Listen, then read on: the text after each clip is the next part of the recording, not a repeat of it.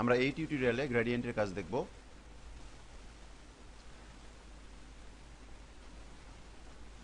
এখানে নন, gradient, colour. ননে click করলে feel অথবা স্ট্রোক নন হয়ে যাবে। আমরা যদি গ্রেডিয়েন্টে ক্লিক করি তাহলে আমরা ফিল কালার হিসাবে গ্রেডিয়েন্ট পাবো, আর আমরা যদি কালারে ক্লিক করি তাহলে আমরা এক কালার পাবো। আমরা যদি কোনো শেপের মধ্যে গ্রেডিয়েন্ট ব্যবহার করতে চাই তাহলে আমাদেরকে গ্রেডিয়েন্টে ক্লিক করে নিতে হবে।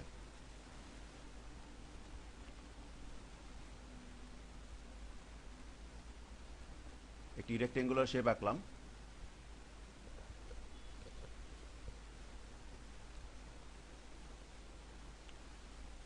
দেখতে পাচ্ছেন গ্রেডিয়েন্টের বক্স।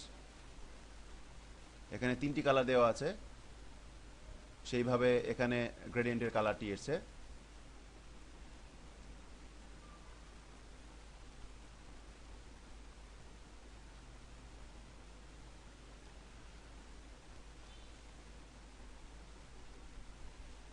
আপনি যদি গ্রেডিয়েন্টের কালার চেঞ্জ করতে চান তাহলে গ্রেডিয়েন্ট স্লাইডারে ক্লিক করতে হবে। ক্লিক করে ফিল কালার থেকে একটি কালার দিতে হবে। তারপর এখানে ক্লিক করবেন, একটি কালার দিবেন।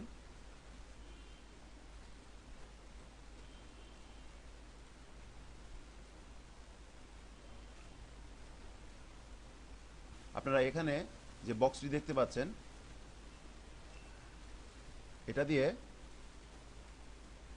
আপনি এই কালারটি বেশি পরিমাণে নেবেন নাকি এই কালারটি বেশি পরিমাণে নেবেন সেটি নির্ধারণ করে দেওয়া যায়।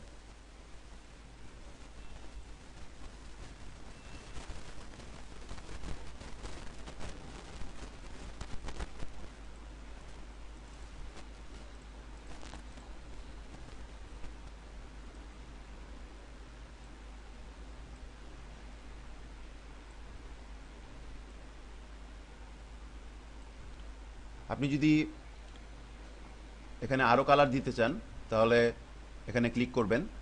ক্লিক করলে গ্রেডিয়েন্ট স্লাইডার আসবে। তারপর এখান থেকে কালার নেবেন। তারপর এখান থেকে এগুলি বাড়িয়ে কমিয়ে আপনি কোন কালার কতটুকু নিতে চান সেটি নির্ধারণ করে দিতে পারবেন।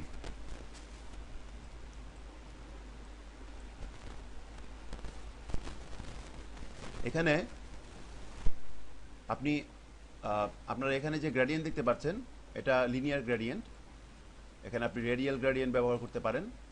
রেডিয়াল গ্রেডিয়েন্ট যদি ব্যবহার করেন তাহলে এরকম একটি ইফেক্ট পাবেন। এখানে অ্যাঙ্গেল আছে, আপনি অ্যাঙ্গেল ব্যবহার করতে পারেন।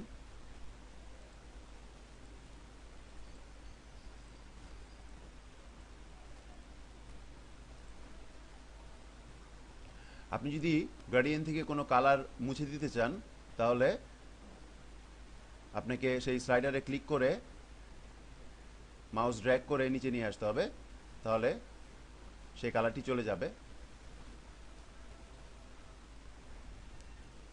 এইভাবে আপনি বিভিন্ন শেপের মধ্যে গ্রেডিয়েন্ট ব্যবহার করতে পারবেন।